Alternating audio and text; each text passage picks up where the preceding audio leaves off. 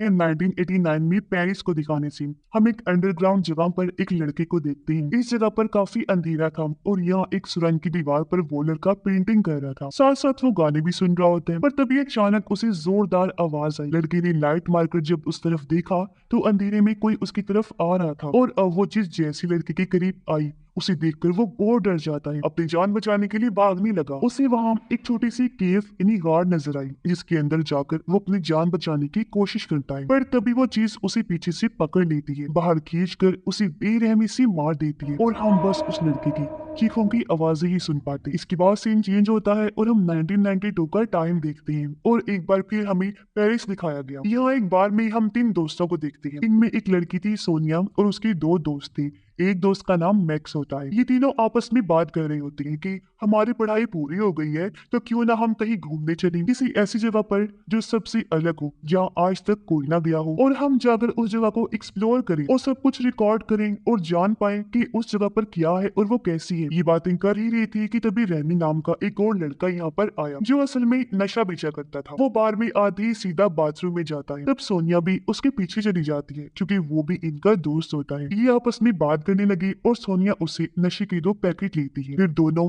कल होने वाली पार्टी के बारे में बात करने लगती है, जिसके बाद सोनिया और उसके दोनों दोस्त घर जाने के लिए निकलते हैं। क्योंकि तीनों का एक दूसरे के अलावा कोई नहीं था, इन तीनों की ही फैमिली थी। पर हम देखते हैं कि दो आदमी इनका पीछा कर रहे हैं, जो बाहर से इन पर नजर रखी हुई थी। पर इस चीज से अनजान वो लोग घर आकर सो जाते हैं। तभी सोनिया देखती है कि वो लोग इनके घर घुस आए हैं और एक आदमी इन्हें मारने लगता है, जबकि दूसरा सोनिया को जान से मार डालता है। पर तभी अचानक सोनिया की आंख खुल जाती है। वो काफी घबरा गई, पर ये सोचकर उसी तसल्ली होती है कि थैंक गॉड ये सपना था, और वो फिर से सो जाती है। अब अगले दिन तीनों दोस्त अच्छे से तैयार होकर पूरी तैयारी के साथ निकल पड़ते हैं, क्योंकि ये अपने प्लान के मुताबिक किसी जगह पर जा रही थी उसे एक्सप्लोर करने। और मैक्स सब कुछ अपने कैमरे में रिकॉर्ड कर रहा होता है। थोड़ा दूर चलने पर इन्हें रैमी दिखाई देता है, जो भी इनके साथ जा रहा था, और ये लोग आगे बढ़ जाते हैं। रैमी ने बताता है कि एक मेट्रो स्टेशन है जिसके पास ही एक टनल सुरंग है, उसके नीचे एक अंडरग्राउंड जगह है जहाँ बहुत सारी सुरंगे और केव्स हैं, तो हम वहाँ जाएंगे एक्सप्लोर करने। जिसके बाद ये लोग आगे बढ़े और एक सुरंग से होकर गुजरते हैं। यहाँ मैक्स रैमी से पूछता है कि जिस अंडरग्राउंड जगह पर हम जा रहे हैं वो सेफ है ना, वहाँ कोई खतरा तो नहीं, और वो जगह देखने के लायक है भी या नहीं। रैमी कहता है यार वो जगह अच्छी है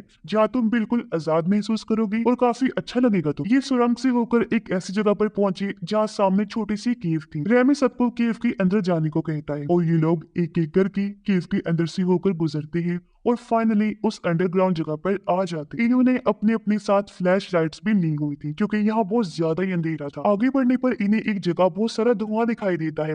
साथ ही यहाँ पहले से ही कुछ और लोग मौजूद थे और ये चारों जैसे उस जगह पर आए, वो लोग इन्हें पकड़ के हाथ ऊपर करने को कहते हैं, इन्हें धमकाते हैं, ये कहते हुए कि हम पुलिस वाले हैं। अब अंधेरा होने की वजह से ये उन्हें देख नहीं पाते, पर तभी वो लोग सामने आ जाते हैं और पता चलता है कि ये लोग तो रैमी के दोस्त हैं जिनके साथ मजाक कर रहे हैं। अब ये लोग मिलकर एक जगह पर बैठ के यहाँ पार्टी करने लगते हैं। रैमी अपने दोस्त के साथ यहाँ की मशहूर जगह व्हाइट जोन में जाने की बात करता है। व्हाइट जोन का नाम सुनकर सोनिया रैमी से पूछती है कि वो जगह कहाँ पर है, कैसी है, बताओ ना उसकी डिटेल्स। जब रैमी कहता है कि वो यहाँ की सबसे अच्छी जगह है, पर वहाँ बहुत ही कम लोग जाते हैं। उस जगह के बारे में बड़ी बड़ी डरावनी बातें बनाई गई हैं। सोनिया का दोस्त यहाँ रैमी की एक फीमेल फ्रेंड से बात करने लगता है। वो लड़की उसे बताती है कि मैं यहाँ सिर्फ इसलिए आई हूँ क्योंकि मेरा भाई यहाँ खो गया है, जिसे मैं ढूंढने आई हूँ।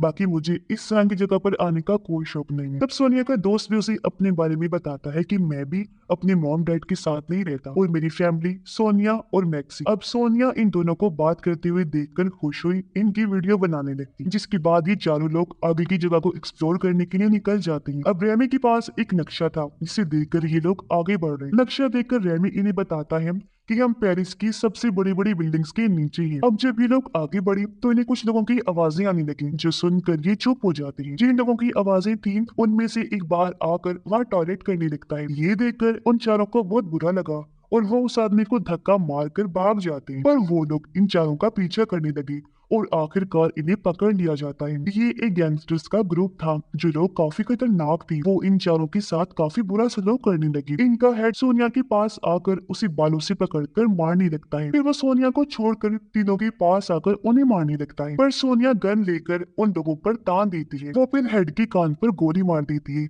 जिससे सारे लोग काफी घबरा जाते हैं। गन पॉइंट पर सोनिया फिर अपने दोस्तों को लेकर यहाँ से आगे भाग जाती है। इससे ये चारों काफी घबरा गए। मुसीबत की बात तो ये थी कि वो बुरी तरह यहाँ पर अपना रास्ता भटक गई थी, इसलिए बाहर जाने का रास्ता ढूंढने लगते हैं। ये लोग एक ऐसी जगह पर आ पहुंचते हैं जहाँ बहुत सारा पानी खड़ा हुआ था। यहाँ चूहे भी बहुत ज्यादा थे। ये देखकर इन्हें काफी अजीब लगा, पर वो जब दूसरी साइड पर आई तो एक नई ही जगह पर आ जाती है। यहाँ की दीवार पर बहुत सारे लोहे के हैंडल्स लगे हुए थे, जिन्हें ऊपर चढ़ने के लिए इस्तेमाल किया जाता है। अब एक हैंडल को जैसे रेमी पकड़ता है वो दीवार से अलग हो जाता है, यानी कि इस जगह से ये बाहर नहीं निकल सकती। आगे बढ़ने पर इन्हें एक आदमी दिखाई देता है जो रेमी का दोस्त होता है। रेमी उससे बाहर जाने का रास्ता पूछता है तो वो उन्हें एक सुराख जैसी जगह दिखाता है, जिसके अंदर बारी बारी ये जाते हैं और दूसरी साइड पर आ जाते हैं। यहाँ पर भी कुछ लोग मौजूद थे। अंधेरा भी बहुत ज्यादा था, तो ये अपनी अपनी फ्लैश लाइट्स ऑन करके आगे बढ़ने लगे। पर तभी सोनिया के दोस्त का पैर एक गोल लोहे की व्हील में फंस जाता है, जो असल में एक ट्रैप था, यानी किसी को पकड़ने के लिए लगाया गया जाल, जिसमें फंसने से उसे काफी चोट लग जाती है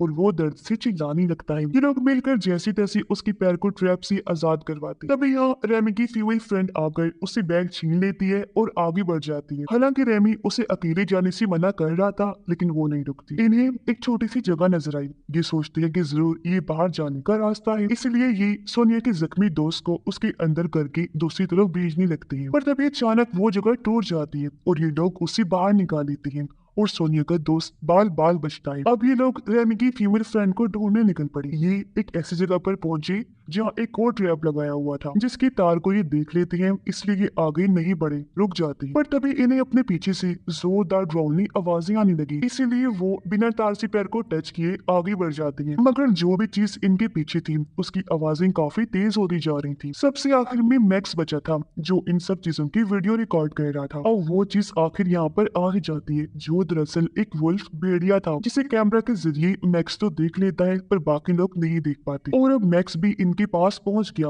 और ये लोग उस सुरंग से आगे बढ़ जाते हैं। सब लोग मैक्स को कहते हैं कि हमें भी वो वीडियो दिखाओ जो तुमने रिकॉर्ड की, ताकि हम भी तो देखें कि हमारे पीछे आखिर क्या था, जिसकी आवाज इतनी डरावनी थी। लेकिन मैक्स उस वुल्फ की वजह से इतना डर गया था कि वो इनसे झूठ बोल देते कि मैंने कोई वीडियो नहीं बनाई। घबराहट के आलम में वो सिगरेट पीने लगा, जबकि बाकी तीनों नक्शे को देखकर आपस में बातें करने लगते हैं। तभी मैक्स की नजर दीवार पर लगी एक नेम प्लेट पर जाती है। वो काफी दंग रह जाता है और उन तीनों को बताता है, जानते हो हम कहाँ हैं इस टाइम? हम लोग वाइट एरिया में है, यानी वाइट जोन में। इन्हें पता चलता है कि ये जगह जर्मन्स का बनाया हुआ बंकर है। इन्हें दूसरी जंग में वो लोग इस अंडरग्राउंड जगह पर छुपा करती थी। तो ये लोग इस बात से खुश हो जाते हैं कि फिर तो जरूर यहाँ से बाहर जाने का रास्ता भी होगा। अब मैक्स एग्जिट यानी बाहर जाने का रास्ता खोजने आगे बढ़ा और ये लोग उसके पीछे पीछे चल देते हैं। ये एक रूम के पास आ गई, जिसके अंदर जाकर ये लाइट्स ऑन करती हैं और यहाँ की हर एक चीज चेक करने लगती हैं। यहाँ दरअसल दूसरी जंग का सामान आज भी पड़ा हुआ था, जो बिल्कुल वैसा का वैसा ही था। तभी इन्हें किसी के आने की आहट महसूस हुई।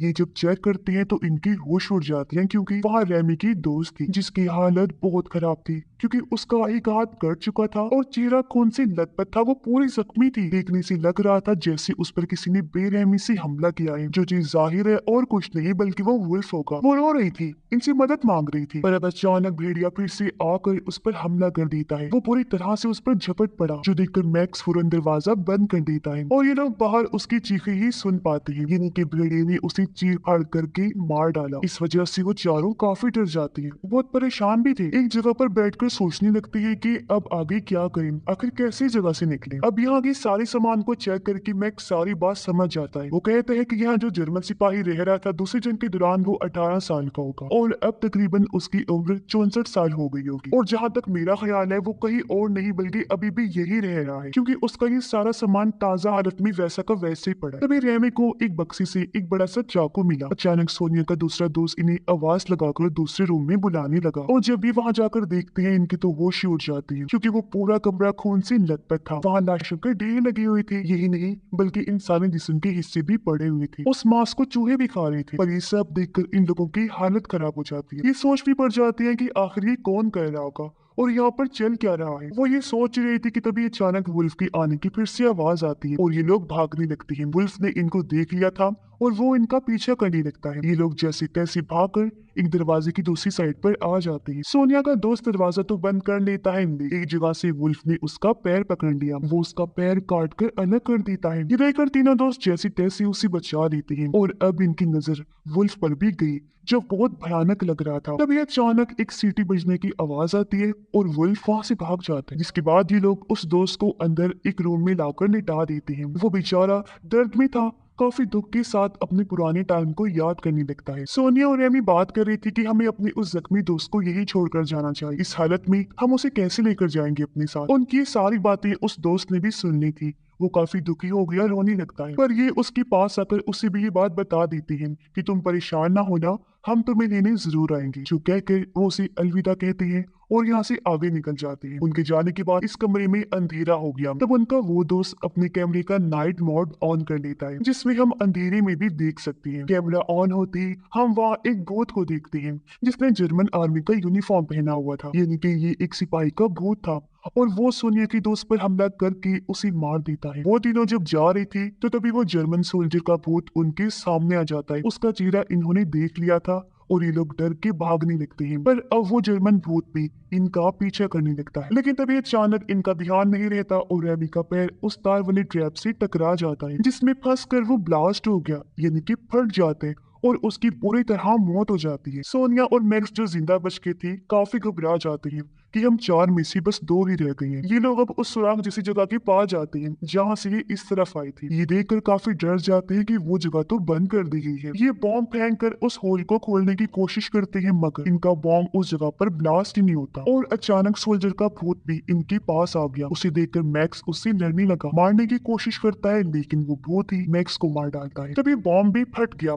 और होल खुल जाता है। तब उसके अंदर जाकर सोनिया दूसरी तरफ चली जाती है। वहाँ आकर सोनिया बहुत सारी लाशों को देखती है। डरी तो वो पहले भी हुई थी, लेकिन अब उसकी हालत और खराब हो जाती है। लेकिन जैसी तैसी खुद को संभालते हुए वो आगे बढ़ गई और भूत भी उसके पीछे आने लगता है। तभी सोनिया को वो गैंग वाले लोग पकड़ लेते हैं जिन्होंने पहले भी इन्हें पकड़ लिया था, पर तभी यहाँ वो भूत भी आ जाता है। उसे देखकर गैंगस्टर्स सोनिया को छोड़ देते हैं और वो यहाँ से भाग जाता है। तभी वो भूत इनके सामने आने लगा। उसे देखकर ये लोग समझते हैं कि शायद ये कोई ऑफिसर है, इसलिए वो उसे सैल्यूट करती हैं। पर तभी वो भूत इनके पास आकर एक एक झटके में इन सबको मार डालता है। सोनिया भागती हुई उस जगह पहुंच जाती है जहाँ लोहे के हैंडल लगे हुए थे ऊपर चढ़ने के लिए। सोनिया अब टाइम गवाए बगैर ऊपर चढ़ने लगी, पर तभी यहाँ वो भूत भी आ गया। वो उसका पैर पकड़ के उसे नीचे खींच लेता है, जिसके बाद उसका गला दबाने लगता है। पर सोनिया नीचे पड़े हुए हैंडल की मदद से भूत पर हमला कर देती है, जिससे वो जख्मी होकर नीचे गिर गया। सोनिया को उसने जैसे ही छोड़ा वो उसे टांगों से मार मार कर कमजोर कर देती है, जिसके बाद उन हैंडल्स की मदद से ऊपर चढ़ने लगती है। जैसे वो कुछ ऊपर आई वो देखती है कि यही एग्जिट है, पर अफसोस वो जगह लोहे की ग्रिल से बंद होती है। बिल्कुल ऊपर आकर सोनिया मदद के लिए आवाज लगाती है, पर अफसोस किसी को भी उसकी आवाज सुनाई नहीं दी। यहाँ उसकी भी किस्मत साथ नहीं दी थी, क्योंकि तभी नीचे से सिपाही का भूत उसका पैर पकड़ के नीचे खींच लेता है और उसकी भी जान ले लेता है और हम बस